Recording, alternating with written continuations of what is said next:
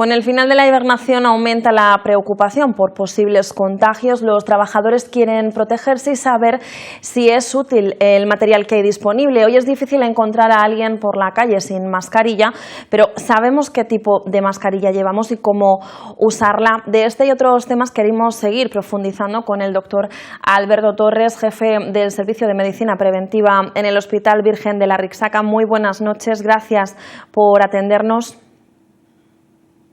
Buenas noches, gracias. Bueno, venimos hablando de este tema ya pues varios días, el tema de las mascarillas. Ahora con el reparto pues la gente se pregunta, ¿no? Y nosotros queremos preguntarle en primer lugar por el tipo de mascarillas que efectivamente está repartiendo el Gobierno. Por su opinión, ¿sirven para algo? Vamos a ver, yo creo que entiendo que haya, digamos, debate, preocupación, lógicamente.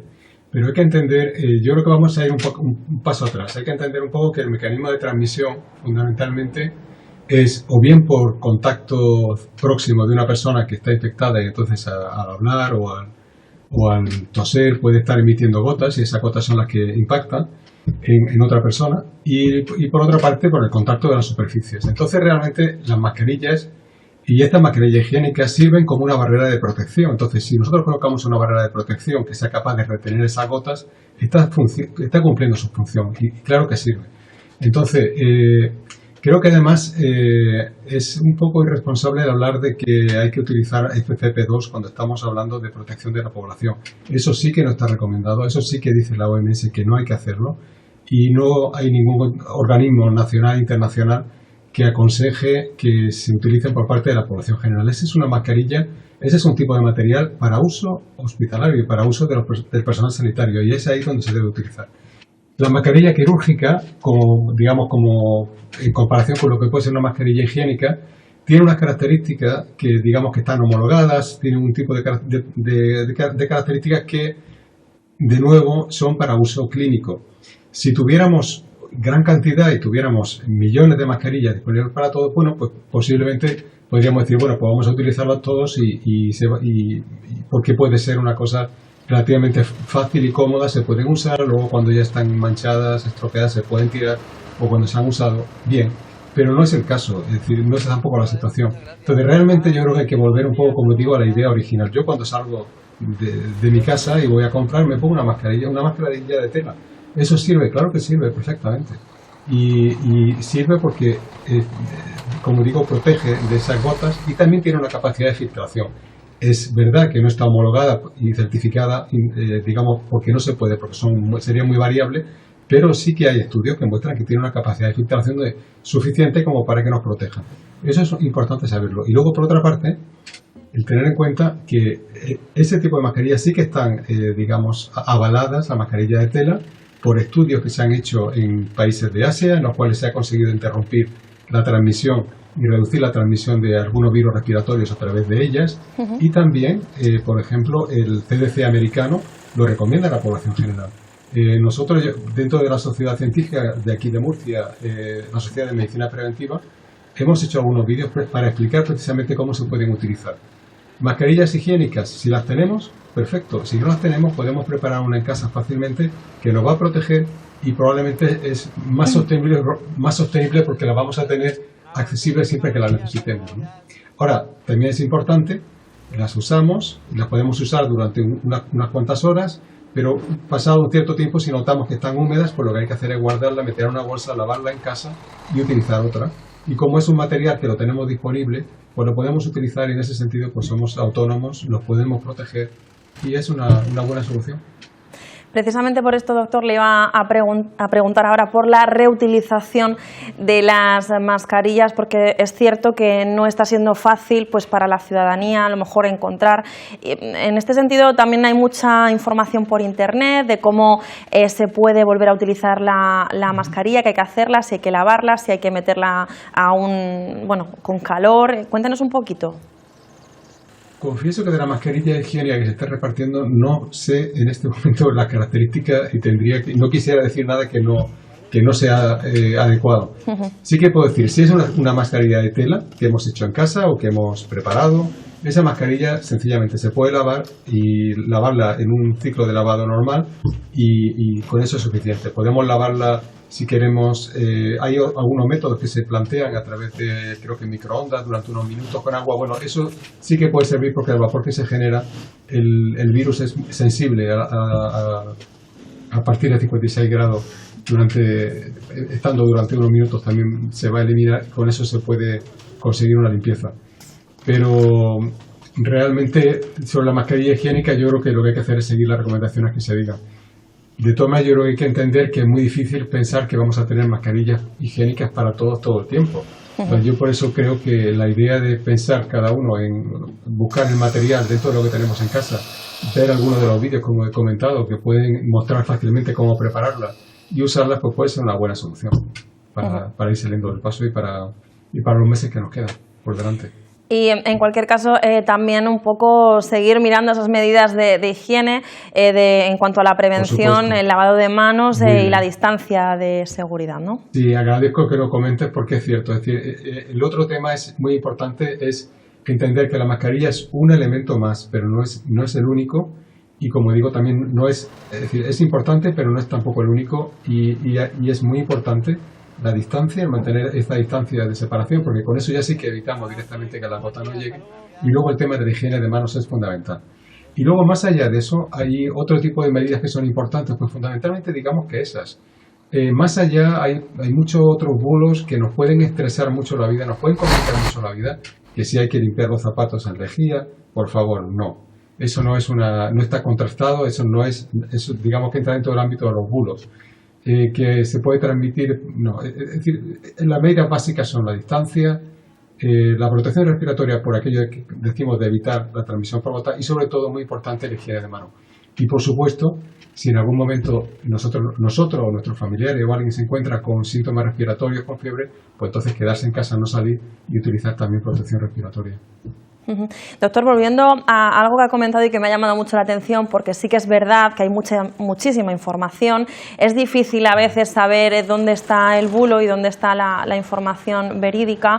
El tema, por ejemplo, de limpiar los zapatos que ha comentado, que sería un bulo, mucha gente, me consta que lo hace al llegar a casa, el tema de los zapatos, y no solo los zapatos, sino todo lo que llega de la calle, pues como compra, productos que han venido del establecimiento, las bolsas incluso, todo esto. Entonces, ¿también sería una medida que estaría fuera de lugar? Que tengamos, yo creo que vamos a intentar colocar un poco por delante la idea del mecanismo de transmisión y un poco reflexionar.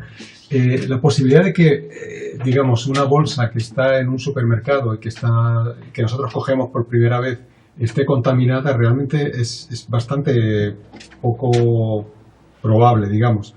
Si es algo que está y que todo el mundo puede tocar, pues evidentemente sí que es elemento de riesgo. Si es algo que se encuentra, por lo tanto, aquello que nosotros cojamos por primera vez con nuestras manos y que lo coloquemos en nuestro cesto, pues realmente la posibilidad de que esté contaminado son pequeñas. Es verdad que nosotros cuando entramos en un supermercado, todo lo que vamos tocando, nuestras manos ya pueden estar de alguna manera, podrían estar contaminadas, o los guantes que llevamos podrían estar contaminados. Entonces, bueno, como una medida que podríamos hacer sería, pues, al llegar a casa, por supuesto, cuando tengamos oportunidad de hacer higiene de manos, volver a casa y aquellos productos que puedan haber estado sí que se pueden limpiar, pero como una medida general de higiene. Pero tampoco nos obsesionemos excesivamente, es decir, se puede limpiar, lo podemos limpiar con un paño, con algún desinfectante y ya está, y guardarlo y poco más. Pero no nos obsesionemos con el tema de que hay que cambiarse de ropa, que hay que irse a tomarse una ducha rápidamente. No perdamos la cabeza porque, sobre todo porque, vamos a ver, ya de por sí es una situación complicada la que estamos todos viviendo, para encima añadirnos una sobrecarga en algo sobre lo cual no hay realmente evidencia para nada de transmisión, ¿no? La evidencia de transmisión es como hemos comentado, no es más allá.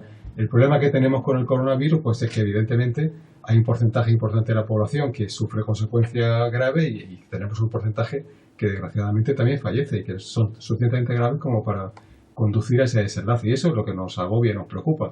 Pero realmente más allá no se transmite de una forma extraña, se transmite pues como se transmiten otro virus, como puede ser las que producen los catarros normalmente o como se transmite la gripe. Y ¿cómo nos protegemos? Pues de la misma manera, ¿no? que lo hacemos, ¿vale? Y nada más. Hablaba de... Y luego desde el punto de vista, quería añadir un poco desde el punto de vista de los bulos y todo, vamos a mirar siempre cuando veamos vídeos, cuando veamos información, vamos a intentar ver, hay fuentes, el propio Ministerio, la Consejería Murcia de Salud tiene, vamos a buscar fuentes que sean autorizadas. Cuando algo es importante va a aparecer allí. Si no está allí y nos aparece mucha información, bueno, dudemos, por lo menos vamos a dudar. Hablaba, doctor, antes daba usted porcentajes de afectados, de fallecidos por coronavirus. Hay otro porcentaje que también llama mucho la atención y es el alto porcentaje de personas asintomáticas, de personas que son casos positivos de coronavirus y son asintomáticos. En este sentido, no sé si la clave estaría en conocer quiénes son todas esas personas asintomáticas que van transmitiendo el virus, para saber un poco el nivel de inmunidad de la población. No sé si estaría aquí un poco la clave. Vamos a ver, idealmente, posiblemente, si tuviéramos una capacidad para poder hacer test a un porcentaje muy amplio de la población y hacerlo de una forma sistemática, pues probablemente tendríamos una imagen muy buena de quién puede haber pasado la infección o no, y podríamos hacer aquello que hacíamos al principio, de mantener un poco una cadena epidemiológica y ver de dónde han ido surgiendo los casos de infección. Desgraciadamente eso no ha sido posible porque también la disponibilidad internacional que teníamos de pruebas no era suficiente y entonces eso no se ha podido mantener. Entonces en este momento el intentar quizás recuperar todo eso va a ser complicado porque supondría tener que hacer pruebas a una cantidad de población muy grande, la cual no hay tampoco un criterio muy fácil para empezar. Entonces yo creo que en este momento probablemente lo que es importante que tengamos capacidad de hacer pruebas, es importante que tengamos capacidad de hacer un seguimiento de aquellas personas que muestran síntomas para saber si realmente están infectados o no por coronavirus y poder identificar entonces dentro de sus contactos quién puede estar asintomático. Pero más allá de ahí, yo creo que va a ser difícil que vayamos a una magnitud mucho mayor de momento. Ahora, lo que sí es de nuevo importante cuando tenemos situación de incertidumbre, lo que tenemos que incertidumbre me refiero sobre quién puede estar infectado o quién puede ser o no un agente de transmisión, pues sí que es importante en ese sentido pues mantener las precauciones que estamos comentando. Ese tipo de precauciones de protegernos, de hacer higiene de manos, de mantener la distancia como norma general. Y si eso lo hacemos como norma general, tanto si una persona es asintomática o no está infectada, pues nos vamos a estar protegiendo, con lo cual evitamos ese problema, esa incertidumbre que tenemos.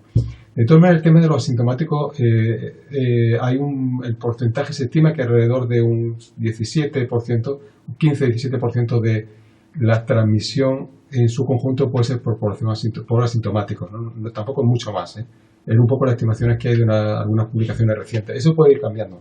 Es verdad que la información que vamos teniendo, pues, digamos, vamos aprendiendo cada día un poco sobre el virus y puede ser que eso vaya cambiando, pero de alguna manera es un porcentaje, no es excesivamente alto, pero es importante, evidentemente. Sería 1 de cada 6, ¿no? Aproximadamente. Bueno, no queremos robarle mucho más tiempo, sabemos que usted es sanitario, sabemos en la carga de trabajo que llevan estos días, ya para ir finalizando y teniendo en cuenta pues este escenario cambiante, pero desde un punto de vista sanitario, ¿hasta cuándo se deberían mantener las medidas restrictivas? Vamos a ver, en principio lo que tenemos que entender es que las medidas que se van manteniendo ahora mismo se mantienen básicamente por dos motivos. Por una parte, intentar evitar la circulación del virus de alguna manera y parar la transmisión, esa cadena de transmisión, pararla. Y eso yo pienso que ya se ha conseguido, es decir, que de alguna manera ya tenemos la interrupción de transmisión. Y luego, por otra parte, asegurarnos que de alguna manera el sistema sanitario es capaz de asimilar la carga que se ha producido de morbilidad y de infección que se ha producido durante estos meses, durante esta semana. Y eso yo creo que en ese momento ya estamos también bastante próximos. Lo que ocurre es, claro, en España tenemos una situación muy heterogénea. Hay comunidades que están muy por delante y otras que van por detrás. En el caso de Murcia, la situación es bastante favorable, en el sentido que, en parte porque se tomaron medidas muy pronto, se hizo una preparación desde muy temprano, se ha hecho una preparación muy exhaustiva, ha habido tiempo para ir también ensayando los procedimientos, entonces, y eso por una parte, y luego porque de alguna manera tuvimos la suerte de que la epidemia aquí comenzó más tarde, por lo tanto no ha pasado lo mismo que ha pasado en otros países que tomaron las medidas pronto. Una vez que las medidas se toman pronto, digamos el pico de esa epidemia es mucho más bajo, por lo cual está en una situación mucho más favorable. Esa es un poco la situación que tenemos. Pero hay otras comunidades que están en otra situación, entonces yo creo que habrá que ir esperando a ver cómo va evolucionando en el conjunto para ir tomando las medidas. Pero no debe estar ya muy lejos. Yo calculo que, pienso que de aquí a una semana, 2 semanas probablemente, cuando se habla de las 2 semanas, probablemente se tomarán algunas medidas adicionales que hagan un poco más llevadera la situación y poco a poco. Pero de todas maneras va a ser un proceso progresivo, ¿eh?